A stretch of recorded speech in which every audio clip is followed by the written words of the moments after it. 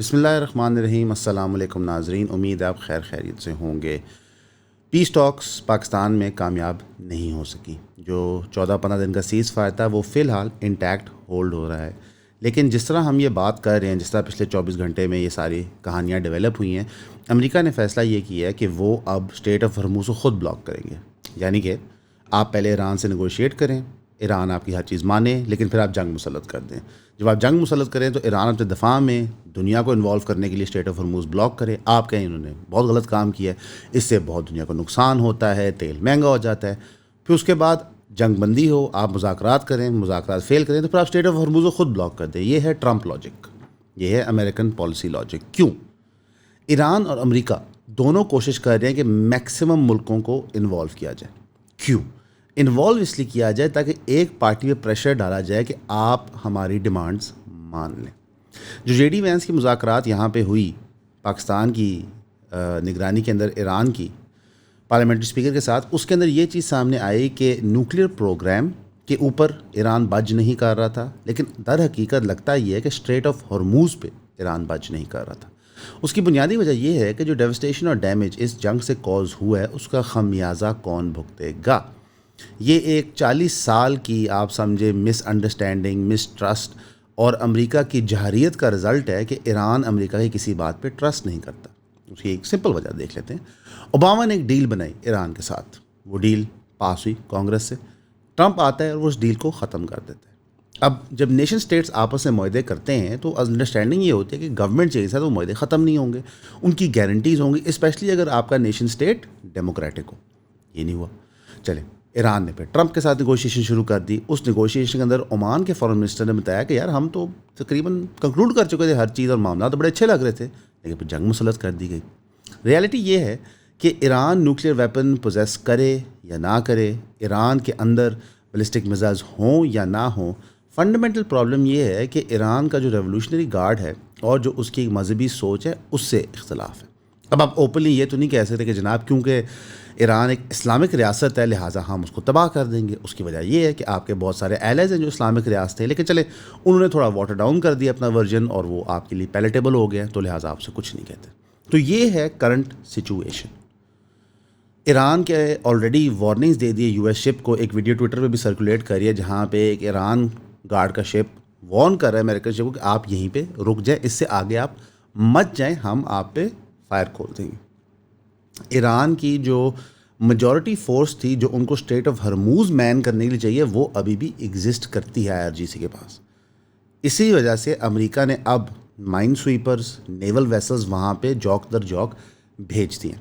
ساتھ ہی Trump tweet کرتے ہیں کہ جناب ہم نے ایران کی ہر چیز تباہ کر دی ہے, نیوی تباہ, ایئر فورس تباہ, اینٹی ایئر کرافٹ تباہ. بڑی عجیب سی بات ہے, اگر آپ نے ہر چیز تباہ کر دی ہے تو اسٹریٹ آف ہرموز کیوں نہیں کھلوا رہے آپ. ریالٹی یہ ہے کہ امریکہ جو پوسچرنگ کر رہا ہے اس کے پاس وہ بیک بون نہیں ہے اس کو فالو تھرو کرنے کے لیے. امریکہ نے تھرو آؤٹ 30+ ڈے وار یہ پوسچر کیا کہ ہم نے ہر چیز تباہ کر دی ہے, لیکن اسٹریٹ آف ہرموز وہ ٹس سے مس نہیں کر سکے. اب امریکہ دنیا کو ایک بلیک میلنگ ٹیکٹک کے اندر لا رہا ہے. دیکھیں, جنگ امریکہ نے مسلط کی, اس لیے اس کا کوئی رائٹ نہیں ہے کہ کسی کو بلیک میل کرے. امریکہ اگر نیٹو سے گلا کرا ہے آپ نے کچھ نہیں کیا, اور اب جاپان سے بھی کر رہا ہے آپ نے گلا کچھ نہیں کیا. کیوں؟ کیونکہ جاپان کا میجورٹی آئل آتا ہی اسٹریٹ آف ہرموز سے. ساؤتھ کوریا سے گلا کرا آپ نے کچھ نہیں کیا, آسٹریلیا سے گلا کرا آپ نے کچھ نہیں کیا, UK سے گلا کرا آپ نے کچھ نہیں کیا. تو سوال یہ بنتا ہے کہ حضور جنگ تو آپ نے نافذ کی تھی, آپ گئے تھے جنگ میں. یہ اسی طرح کہ میں فیصلہ کروں کہ میں نے حملہ آور ہو جانا ہے اس دفتر کے اوپر. جب میں اس دفتر پہ حملہ آور ہو جاؤں اور 10-15 دن میں اس دفتر کو سیج کروں اور کوئی رزلٹ نہ آ سکے, تو پھر میں کہوں گی یار وہ میرا فلانا کزن تھا چوتھے مولے, وہ میری مدد کرنے نہیں آیا. میرا پھوپھی کا پتر وہاں کھڑا تھا, وہ میری مدد کرنے نہیں آیا. میرے جو بچپن کے دوست تھے وہ نہیں آئے. میں نے کسی کو کہا ہی نہیں. میں تو اسرائیل کی ایما پہ کہتا. کیوں؟ کیونکہ ٹرمپ کو ایک فنڈامنٹل انڈرسٹینڈنگ یہ دی گئی تھی کہ جناب یہ جنگ تو بہت ایزی ہے, آپ نے 2-3 لیڈر شہید کرنے, لوگ بغاوت کریں گے اور پھر لوگ کہیں گے ٹرمپ آوے ہی آوے. یہ وینیزویلا نہیں ہے, یہ اسلامک ریپبلک آف ایران ہے. ان لوگوں نے شاہ کو یہاں سے بھگایا تھا, ریولوشن کی تھی, اکٹھے ہوئے تھے.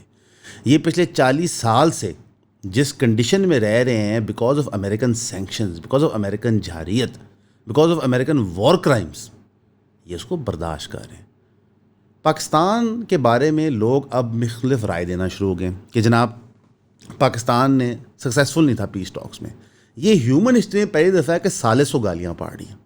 مثلاً ایک بندہ ہے وہ سالسی کروا رہا ہے 2 لوگوں کی, اس کا کام ہے ٹیبل ٹاکس کرنا, ٹیبل پہ لوگوں کو لانا. اب ٹیبل پہ کیا بات ہوتی ہے, کس طرح نیگوشیٹ ہوتی ہے, وہ تو ان پارٹی کا کام ہے. پاکستان تو فیسیلیٹیٹ ہی کرتا ہے, اور دونوں فریق ہیں. امریکہ اور ایران نے کمنڈ کیا پاکستان کی سالسی کی ایبلٹی کہ جناب انہوں نے گیپ برج کرنے کی کوشش کی, لیکن ایران کہتا ہے امریکہ کی جہادیت اور امریکہ کہتا ہے ایران کی سٹبرنیس نے یہ چیز روک دی. اگر ہم ہسٹوریکلی دیکھیں, اگر ہم صرف ٹرمپ ایڈمنسٹریشن کو دیکھیں اور امریکہ اوور آل کو بھی اگر دیکھنا چاہیں تو بات صحیح ہے, ٹرمپ ایڈمنسٹریشن کسی جگہ کھڑی نہیں ہوتی. اب سید عباس اراغچی جو فورن منسٹر ہیں ایران کے, وہ کہتے ہیں کہ جناب 47 سال بعد پہلی دفعہ اتنی ہائی لیول انٹینسو ٹاک ہوئی, یعنی یہ ون نمبر 1 کہ فائنلی فیس ٹو فیس 47 سال بعد یہ ٹاک ہوتی ہے. ہم نے امریکہ کو گڈ فیتھ میں انگیج کیا. ہم انچز دور تھے اسلام آباد ایم او یو سے, یہ ان کی اپنی ٹویٹ ہے کہ انچز دور تھے اسلام آباد ایم او یو سے, لیکن آگے سے ہمیں میکسملزم, شفٹنگ گول پوسٹ اور بلاکیڈ کی دھمکیاں ملی. یعنی کہ جس موقع پہ بیٹھے مذاکرات ہو رہی تھی, بیک ڈراپ کے اندر نیتن یاہو اپنا کام کر رہا تھا, وہ کارروائیاں ڈال رہا تھا. وہ نہ صرف لبنان پہ حملے کر رہا تھا بلکہ وہ حملے امریکہ کے اندر بھی کروا رہا تھا جو ان کی کانگریس میں ہے, کہ وہاں سے موٹیویٹ کیا جائے. اس لیے ٹرمپ دے ٹویٹیں ماری جا رہا تھا. اور بدنیتی کہاں ثابت ہوتی ہے جب آپ جیرڈ کشنر اور اسٹیو وٹکوف کو دیکھتے ہیں اس مذاکرات کمیٹی میں, جو بیسیکلی نیتنیاہو کے بچے ہیں.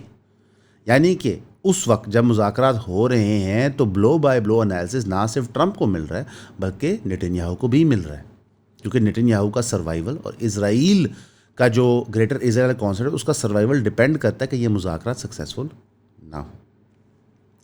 ایرانین پریزیڈنٹ مسعود پزشکیان نے کہا کہ امریکن گورنمنٹ اگر ٹوٹلیٹیرینزم اور ایران کے لوگوں ٹوٹلیٹیرزم کو ریجیکٹ نہ کر دے اور ایران کے لوگوں کے رائٹس ایز اے نیشن کو رسپیکٹ نہیں کرے گی تو اگریمنٹ ہم نہیں کر پائیں گے, اور اگر یہ چیزیں کرتی ہے تو ہم اگریمنٹ انشاءاللہ ریچ کر دیں گے.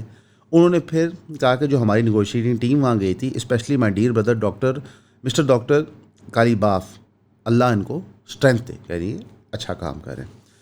کالیباف صاحب کی خود ٹویٹ آ گئی جہاں پر انہوں نے کہا کہ enjoy the current pump figures with the so called blockade soon will be nostalgic for $4 to $5 gas. یعنی کہ انہوں نے بھی یہ بتا دیا کہ حضور آپ نے بلاکیڈ کرنا ہے, ہم نے بلاکیڈ کرنا ہے, ہمارے لیے بے معنی بات ہے, ہم تیار ہیں. اس کی وجہ ہے کہ ایک چیز آپ کو انڈرسٹینڈ کرنی ہے, جب آپ کو دیوار سے لگا دیا جاتا ہے اور آپ کو کہا جاتا ہے کہ ہماری بات مانو نہیں تو موت ہے, تو آپ کے پاس ایک بائنری 1 یا 0 چوائس آتی ہے. اگر آپ چوز کر لو کہ یار ہم آپ کی غلامی کر لیں گے تو معاملات ڈی ایسکلیٹ کرتے ہیں, لیکن اگر آپ کو ہم نہیں کریں گے پھر اگلے کیا کریں گے, وہ مجبور ہو جائیں گے, they will be force to take such action. اور آپ کو یو ای کے اندر یہ پروپیگنڈا ہوتے ہوئے نظر آ رہا ہے.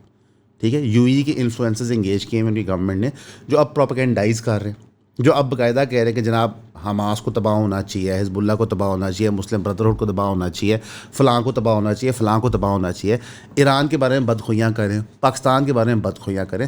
تو آپ کو بڑے کلیئرلی اسرائیل, یو ای, انڈیا نیکسس نظر آ رہا ہے اسرائیل کا پروپیگنڈا کرتے ہوئے, اور یہ ایک میجر پرابلم ہے. ایرانین پارلیمنٹ اسپیکر محمد بغیر نے غلیباف نے ایک اور ٹویٹ کی جہاں پہ انہوں نے کہا کہ ہم نے in necessary good faith and will اس مذاکرات میں شامل ہوئے ہیں, لیکن ہمارے جو پچھلے ایکسپیرینسز ہیں جنگ کے, اس میں ہمیں اگلی سائڈ پہ اتنا اعتبار نہیں تھا. ہمارے جو کولیگس تھے وہ مناب 168 کی ڈیلیگیشن کی شکل میں تھے. یہ 168 وہ بچی ہیں جو شہید ہوئی تھیں, اور اس راؤنڈ آف نیگوشیشنز میں ہمارے مذاکرات نہیں ہو سکے. امریکہ نے ہمارا منطق اور ہمارے اصول سمجھیں, اب انہوں نے فیصلہ کرنا ہے کہ وہ کیا کریں گے ہمارا ٹرسٹ جیتنے کے لیے, کیونکہ ایران نیگوشیٹنگ دنیا میں بھی اور جنگ کی دنیا میں بھی اگریوڈ پارٹی ہے. ایران پہ جنگ مسلط کی گئی ہے, ایران نے جنگ مسلط کی, ایران کے ساتھ معاہدے توڑے گئے ہیں, ایران نے کسی ساتھ معاہدے نہیں توڑے. دس از دا پرابلم. جب نریندر مودی یہ بات کرتا ہے کہ ہم پاکستان کا پانی بند کریں گے, تو پاکستان کہتا ہے کہ آپ نے ہمارے ساتھ بیٹھ کے ایک اگریمنٹ کیا تھا واٹر کا, وہ آپ آلریڈی تھوڑا بہت وائلیٹ کرتے ہیں تو ہم برداشت کرتے ہیں, آپ پانی بند کریں گے تو ہم آپ کا سانس بند کر دیں گے. یہ D G I S P R کے ایگزیکٹ الفاظ تھے. آپ جب نیشن اسٹیٹس کو اس طرح تھریٹن کرتے ہیں, ایک ایگزسٹینشیل تھریٹ بناتے ہیں, تو پھر آپ کیا توقع کرتے ہیں؟ مثلاً کہ جو سرپرائز تھا نریندر مودی کی شکل پہ جب انڈیا کے میزائل گرنے کے بعد پاکستان نے ان کے جہاز گرائے, ان کے ڈرون گرائے اور انڈیا پہ حملہ کیا یہ بیان المخصوص میں, تو وہ کہتے ہیں یہ کیا کر دیا آپ نے. بندہ کہتا ہے حضور آپ نے یہاں بم مارے, آپ کو کیا کہتا کیا ہوگا, اگلے کہیں گے او ہو کوئی نہیں, اٹس اوکے. اسی طرح ایران میں آپ نے 2500 سے زیادہ لوگ شہید کر دیں، آپ کو کیا لگتا ہے وہ کیا کریں گے؟ اور ریالٹی یہ ہے کہ اکنامک معاملات اب مزید ایک برا ٹرن لے رہے ہیں. جارج آرویل کے ناول 1984 اور کرسچن بیل کی سائی فائی ایکشن مووی ایکولیبریم کے درمیان کیا کامن ہے؟ امیڈیٹلی دیکھتے ہیں تو لگتا ہے کچھ بھی نہیں، لیکن جب گہرائی میں جاتے ہیں تو پتہ لگتا ہے کہ یہ دونوں تھیمیٹکلی ایک چیز کے بارے میں، وہ ہے ڈسٹوپین گورنمنٹ، جس کو بگ بردر بھی کہتے ہیں. جو بگ بردر جو ہمیشہ دیکھ رہا ہوتا ہے آپ کو. بگ بردر کا چرچا تو بہت ہے آج کل پاکستان کے اندر، لیکن اس طرح کے کمپلیکیٹڈ تھیمز کو سمجھنے کے لیے ہم نے دا کلب بنایا، جو کہ پہلے تو صرف ایک بک کلب ہوا کرتا تھا پچھلے 1-1.5 سال کے لیے، لیکن اب ہم نے اس کو ایک یونیورسل کلب بنا دیا ہے، اس کے اندر کتابیں، popular films, documentaries, articles, published papers, ان ساروں کا مجموعہ بنا کے ہم thematically month to month complex ideas کو ایک گروپ سیٹنگ کے اندر ایک کمیونٹی کے ساتھ سمجھنے کی کوشش کرتے ہیں. تو اگر آپ جوائن کرنا چاہتے ہیں eonpodcast.com پہ جائیں اور اپنی ممبرشپ پرچیز کریں تاکہ ہم جمعے کے جمعے آپ سے ملاقات کر سکیں. سی یو دیئر انشاءاللہ. پاکستان اوبیسلی بار بار اٹیمپٹ کرے گا، چائنا اٹیمپٹ کرے گا، رشیا اٹیمپٹ کرے گا. ایرانین پریزیڈنٹ اور رشیا کی آپس میں بات ہوئی ہے جہاں پہ ایرانین پریزیڈنٹ نے کہا کہ یار ہمیں گڈ فیتھ میں نیگوشیٹ کرنا ہے، امریکہ کیا حرکتیں کر رہا ہے. رشین نے وہاں پہ یہ بات کی کہ جناب آپ نیگوشیشن کے راستے کو پرسو کریں. ٹرمپ سے فاکس نیوز نے یہ پوچھا کہ جناب جو ایرانین ملٹری ہے اس کے پاس میجورٹی اکوپمنٹ جو چائنیز ہے اور چائنا وہاں پہ مزید مال بھی بھیج رہا ہے، تو اس نے کہا کہ ہاں شروع میں چائنا بھیج رہا تھا لیکن اب نہیں شاید بھیجے گا. اس پہ یہ سوال پوچھا فاکس نیوز کے اینکر نے کہ جناب وہ تو ان کو اب hand held ground to air rockets دے رہے ہیں. تو اس نے کہا کہ ہاں ہو سکتا ہے. پھر ساتھ ہی یہ بات ہو کہ تم نے 50% ٹیرف کی بات کی، اس نے کہا ہاں چائنا بھی 50% ٹیرف لگا دیں گے. پچھلی دفعہ کیا ہوا تھا جب امریکہ نے اٹیمپٹ کیا تھا؟ امریکن پاپولیشن نے ہی مجبور کیا تھا گورنمنٹ کو ٹیرفس ہٹانے کے لیے، اور جو کورٹس ہیں وہ تو ٹرمپ کے ٹیرفس کو ویسے ہی لیگل سمجھتے ہیں. تو اس وقت ٹرمپ کو بھی نہیں سمجھ آ رہا کہ یہ ایور چینجنگ سیناریو میں اس نے ایگزیکٹلی کرنا کیا ہے. چائنا کو کیسے کنٹرول کرنا ہے، رشیا کو کیسے کنٹرول کرنا ہے، اسٹریٹ آف ہرموز کیسے کھولنا ہے. کیونکہ جب آپ اپنے آپ کو دنیا کی پولیس مانتے ہو، دنیا کا چودھری مانتے ہو، پھر آپ کو دنیا کے مسائل سالو کرنے پڑتے ہیں.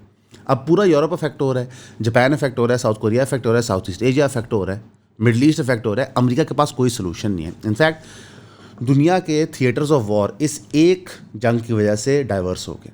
دیر از اے تھیٹر آف وار جو مڈل ایسٹ میں، وچ از دا گلف کنٹریز اور ایران. دیر از اے تھیٹر آف وار جو اسرائیل کے اندر ہے، لبنان کے ساتھ جو وہ کر رہے ہیں. ایک تھیٹر آف وار اکنامک کھل گیا ہے یورپ کے ساتھ، ایک اکنامک تھیٹر آف وار کھل گیا ساؤتھ ایسٹ ایشیا کے ساتھ اور فار ایسٹ ایشیا کے ساتھ. یہ صرف ایک جنگ مسلط کرنے کی وجہ سے ہوا ہے، وہ بھی امریکہ نے کی، کسی اور نے نہیں کی. تو لہٰذا اس کا سلوشن اب وہ نکال نہیں پا رہے، اس لیے ان کی پوسچرنگ عجیب سے عجیب ہو رہی ہے. اور ایسے سینیریوز میں پرابلمس بہت ریپڈلی ایسکلیٹ کرتی ہیں. پاکستان کا اتنا کیوں ٹھٹا اڑایا جا رہا ہے؟ وہ اس لیے نہیں کہ ان کی ثالثی کی ایبلٹی میں فیلئر تھا، وہ اس لیے کہ انفارچونیٹلی ہم نے اپنی صحافت کو ایک جوک بنا دیا.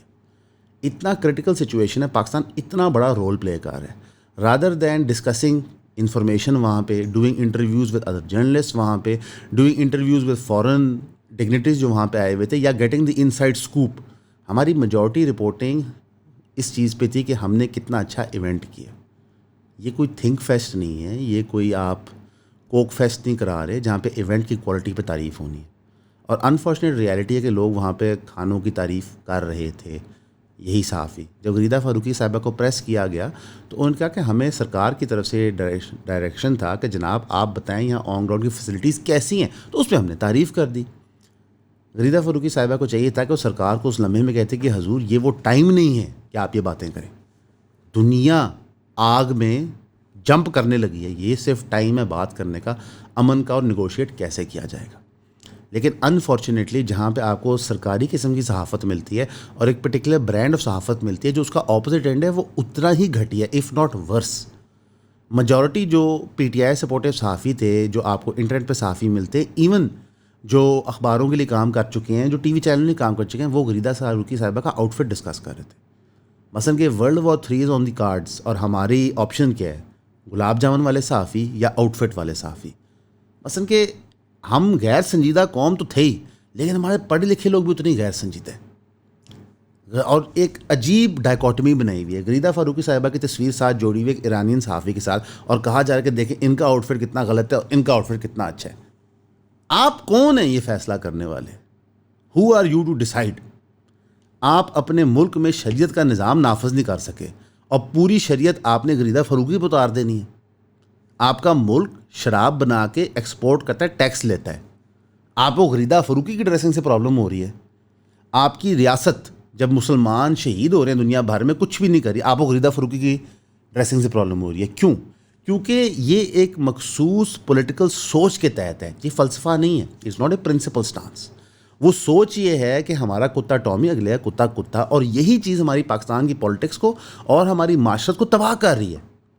بھائی اگر آپ کو لگتا ہے کہ اصولی طور پہ دنیا سیکولر ہونی چاہیے یا اصولی طور پہ دنیا شرعی ہونی چاہیے, تو یہ آپ کا فلسفہ ہے, اس کے لیے آپ جدوجہد کرتے ہیں. اس میں انڈیویجولز نہیں میٹر کرتے, انڈیویجول کرٹیسزمز نہیں میٹر کرتی, آپ پیٹرنز دیکھتے ہیں. ریالٹی یہ ہے کہ پاکستان ایک ویسل اسٹیٹ رہا ہے جو انٹرمیڈیٹری ہوتا ہے مختلف نیشن اسٹیٹس کا. یہ ہمارا سگنیچر رہا ہے فار 70+ ایئرس. ہم نے اپنی مینوفیکچرنگ پہ ڈیولپمنٹ نہیں کی, ہم نے اپنی صحافت پہ ڈیولپمنٹ نہیں کی, ہم نے اپنے ایجوکیشن انسٹیٹیوشنز پہ ڈیولپمنٹ نہیں کی, ہم نے نیشنل آئیڈینٹی پہ ڈیولپمنٹ نہیں کی. تو اس سب کا کلمنیشن یہ ہے کہ we are a confused nation. اس لیے آپ کو ہر قسم کا لباس ملے گا جو کلیم کرے گا کہ ہم اسلامک ہیں یا نان اسلامک ہیں. ٹھیک ہے, تو آپ ایک پرنسپل کے لیے فائٹ کرتے ہیں, اصول کے لیے, not particular political point scoring کے لیے. اگر غریدہ فاروقی صاحبہ پرو پی ٹی آئی ہوتی تو کسی کو اعتراض نہیں ہونا تھا ان کپڑوں کے اوپر. بڑی سمپل سی بات ہے, اس میں کوئی دو لاجک رائے منطق نہیں ہے.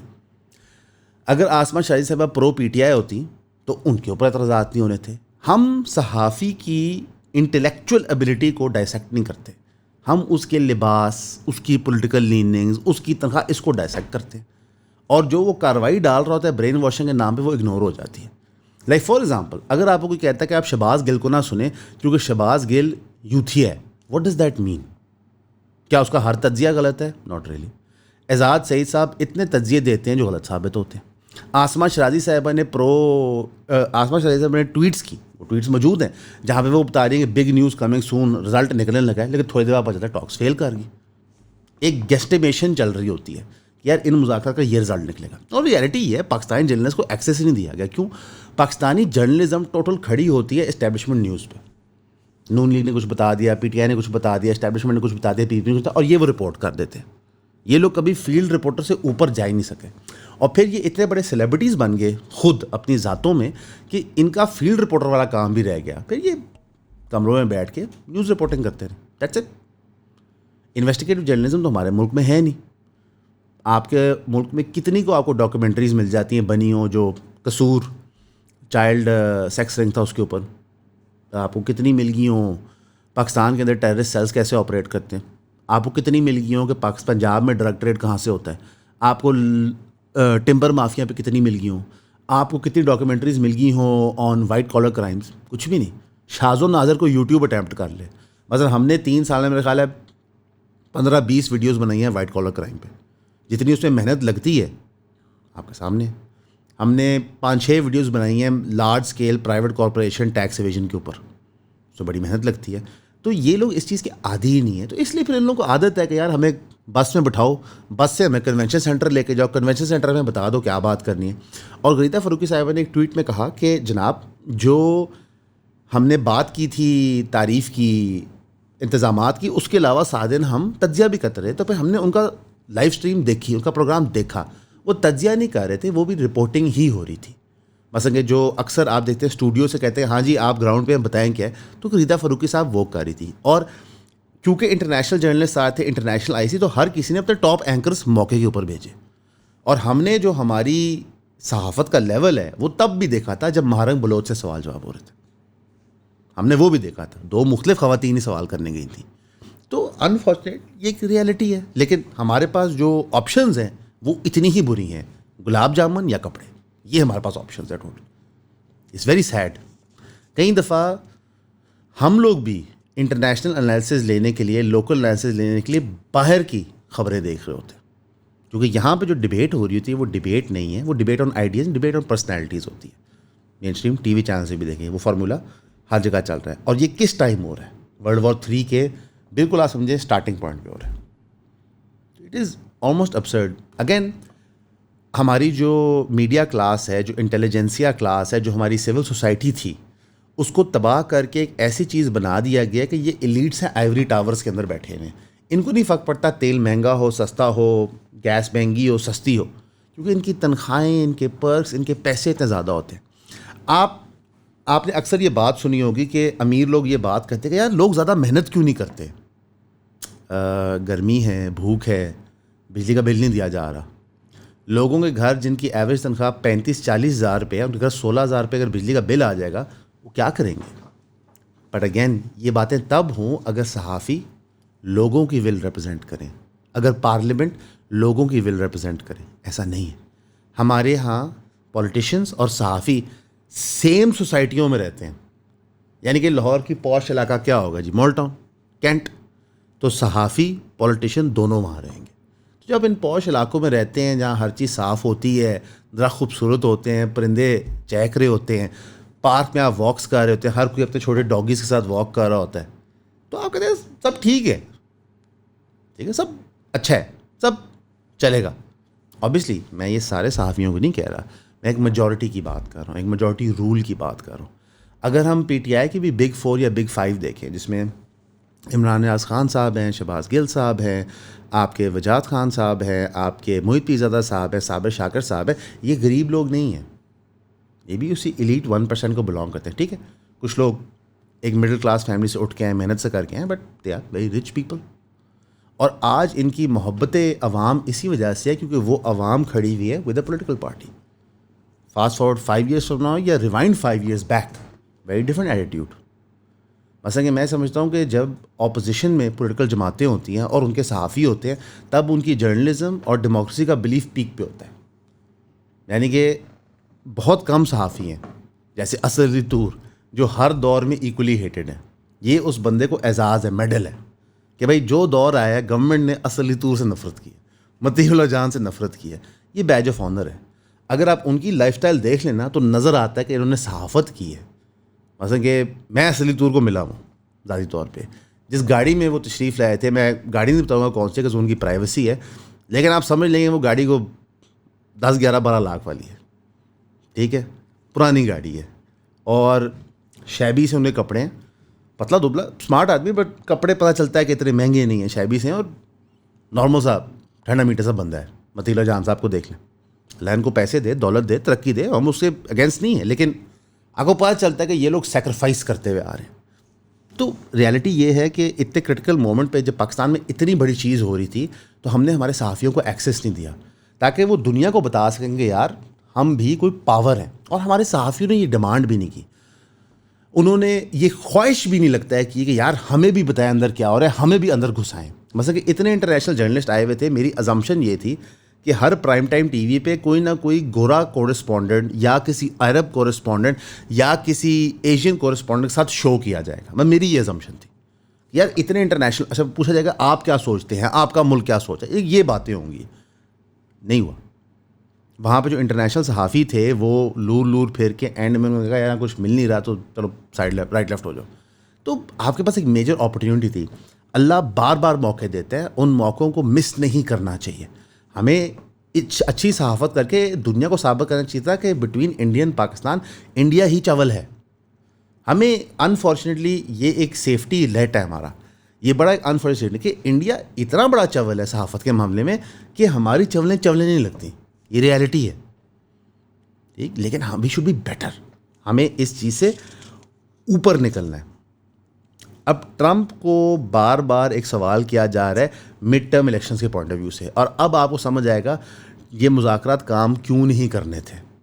مڈ ٹرم الیکشنز کے اندر ٹرمپ کی ہونی ہے کتے والی, بظاہر یہ لگ رہا ہے.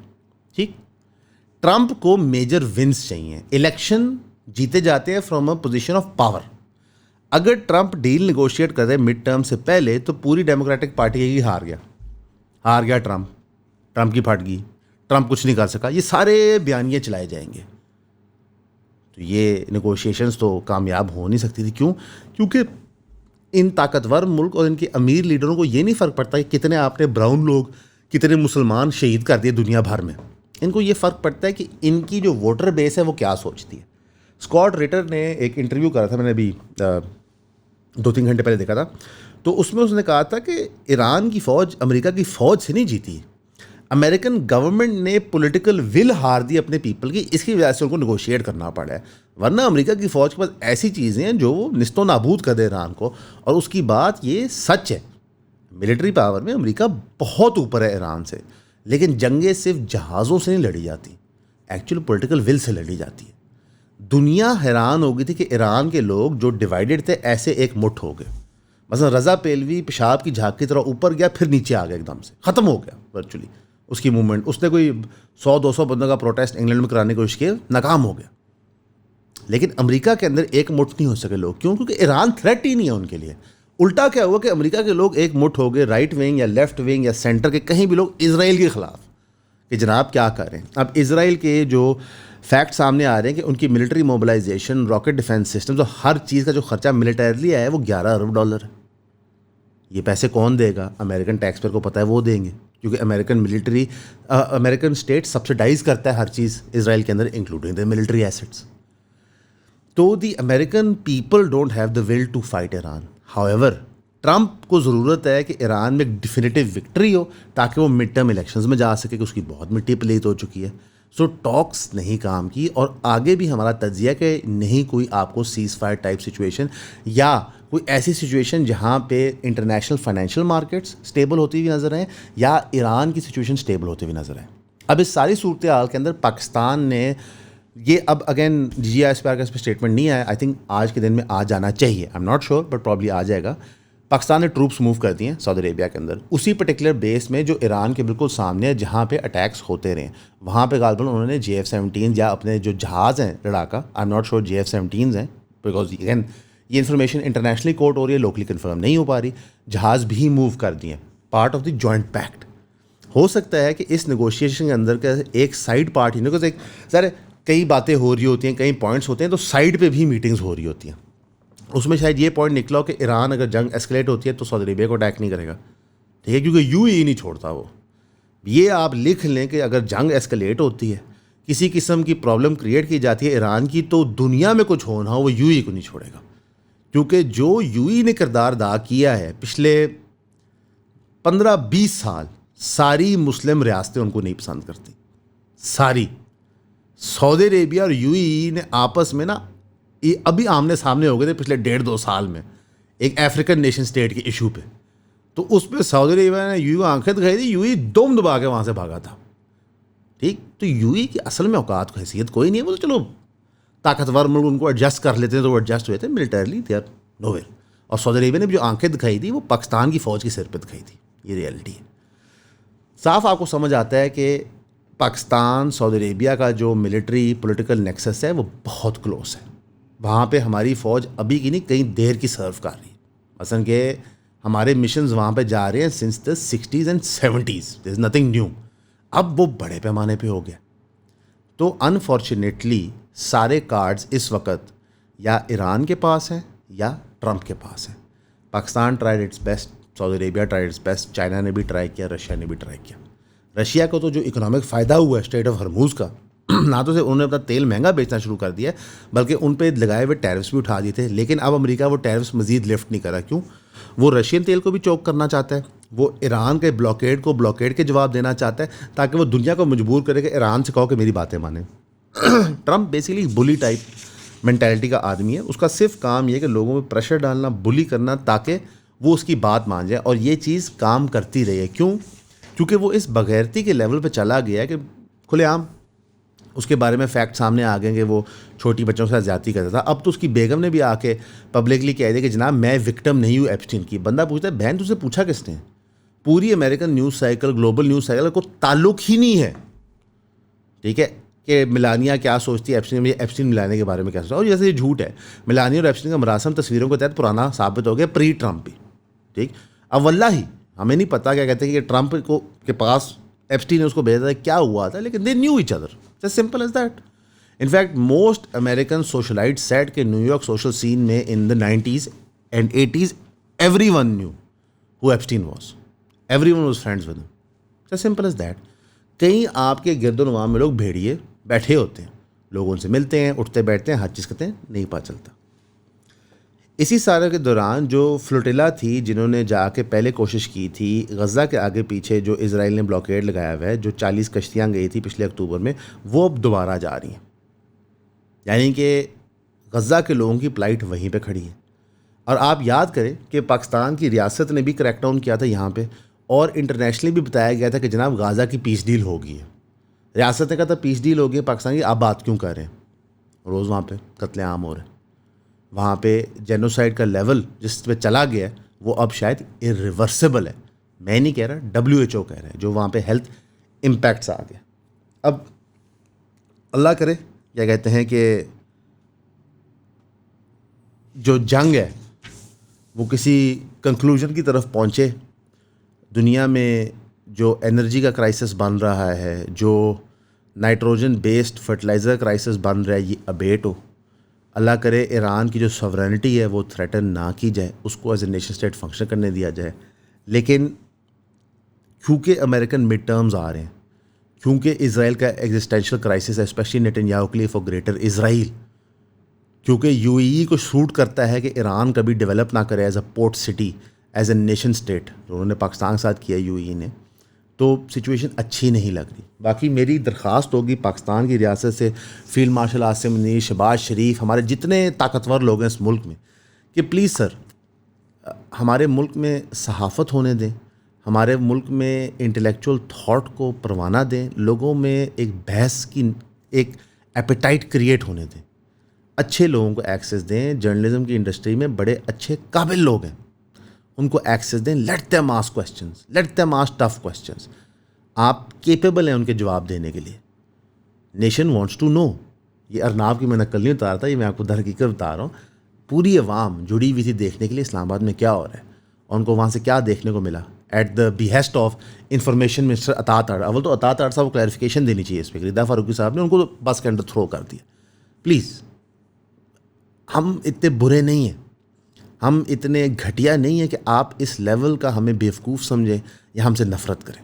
یہ میری اپیل ہے ایز مسلمان، ایز سٹیزن آف پاکستان.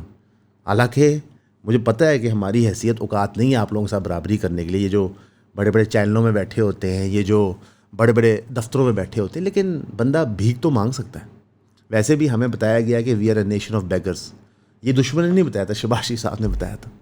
تو میں ایز اے پاکستانی آپ سے بھیک مانگتا ہوں، خدا کے واسطے ہمارے ملک میں گفتگو کا معیار بہتر کروائیں، لوگوں کا انٹلیکچوئل کیلیبر بہتر کروائیں. نہیں تو بھوک ننگ تو تھی، لیکن جن ایشوز پہ ہم ایک دوسرے کو مرنے مارنے کو تیار ہیں وہ بنتا نہیں ہے. ہمیشہ کی طرح آپ کا سننے کا شکریہ.